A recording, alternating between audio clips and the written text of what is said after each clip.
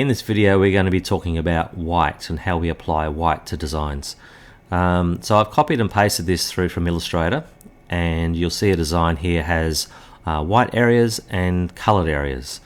You'll see on my right hand side here my channels window, and that shows us the CMYK breakup. So each one of these, the CMYK has its own plate: cyan, magenta, yellow, black. So all those combined together give us color.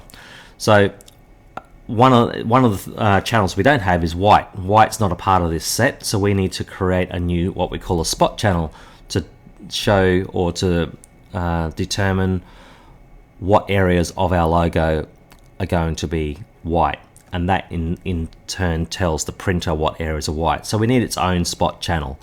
So what we do is we first of all will go up to our magic wand tool, and let's just select any white area. We'll select this white area here, and it will select anything in this whole document that's white. That's what the magic wand tool does.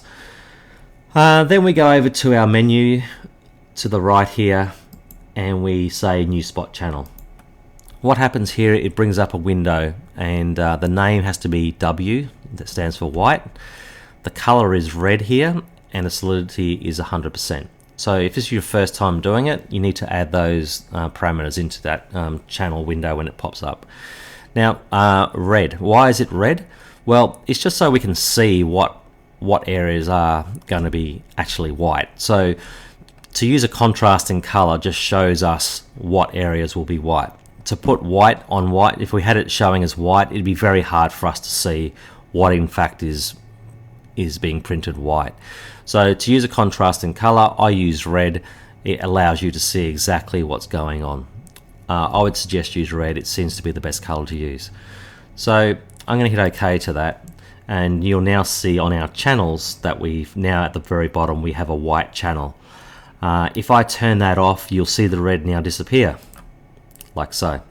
If I turn that back on, it goes back on. So if I turn that off again, you can see all the white areas. If I turn it on, you'll see the red is now in all those white areas. Okay, so the next part we have to do is we need to put a white behind the colored areas. However, when we're putting white behind the colored areas, we need to put a contraction or a shrinkage on the white. And the reason for that is if we don't do that and we just make it go right to the very edge, we give the printer no tolerance. So it means that it has to be 100% exactly registered perfectly, which we will never get that accuracy. So what we do is we shrink the white by 2 or 3 pixels, which is still a small amount, and so essentially we're shrinking the white slightly underneath the colored areas. So in order to do this, we select our colored areas with our magic wand tool. So we select the red. Oops, we have to be in the CMYK channel actually. So at the moment you'll see it selected the wrong areas. It was because I was in the white channel. So I need to go up to the CMYK channels. Now go back here, select the red, and then with my shift key selected, I'm going to select the orange. It'll select both oranges. With my shift still selected, I select the yellow. So it's got all the 4 components of yellow there. And now I'm going to select the blue with my shift key still pressed. So you've got to make sure your finger is depressed on the shift key the whole time. Don't lift it up until you're finished. So now you'll see I've selected all these areas that are now colored, which we need to put this shrink or contraction on. So in order to do that, we go up to the select menu item at the top, and we say modify, contract. Now it's got there 2 pixels. 2 is fine, or 3 is fine. If you can do 3 is better, but 2 is also fine. And when I hit OK to that, you'll see the little marching ants now contract. So let's have a look at that. You'll see that they've now contracted. So I'm going to zoom in a little bit, and you'll see from this zoom in that the white area is, sorry, the marching ants are come right in now. the marching ants are now inside that area. So once I've got that all selected and they're contracted, what I need to do now is I need to add that selection to the white. So this is the confusing part people have a lot of trouble with. What I need to do is select the white channel, because I need to fill some extra, add some selections to that white channel. I go up to the edit command, I say fill, and I fill it with black. Now, I'm not filling it with actual black color, I'm actually filling it with 100% white. And so people say, why aren't you using white? Because white is actually nothing. So when you're using white, and we're talking about solid color, so we're talking about how much white do we want to put behind there. So we want 100% white underneath those areas.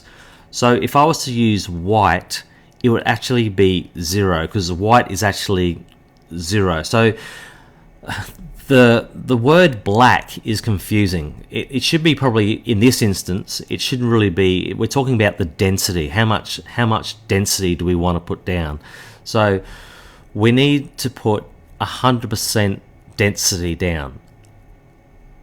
It is represented with the black channel though. So we just have to, you just have to trust me here, and it's just leave that as black, normal, and 100%. So when we now click OK to that, making sure that we're in the white channel, it will now fill that with the red. So if we now go back to the channels and uncheck the white channel, it will show us the full design. If we now check the white channel again, it will show us that that whole design now has a white underlayer to it. And if we do zoom in to an area that has the shrinkage to it, we will now see, you can see it better on the yellow one here, that the white is now choked or contracted inside the yellow. You see it very well on the star here as well. So what that means is the white is going to only go up to this area, the yellow is going to overprint. That extra yellow bit, which is only 2 pixels, which is a minute amount, will actually get printed, but it'll disappear in the shirt color. So we won't even actually see that. But the most important thing is that the white is underneath that, so that when we see the printed final version, it'll be a nice sharp image with the yellow covering the white. I hope this makes some sense. It is a little bit hard to understand, but as you get to do it, it'll become a little clearer.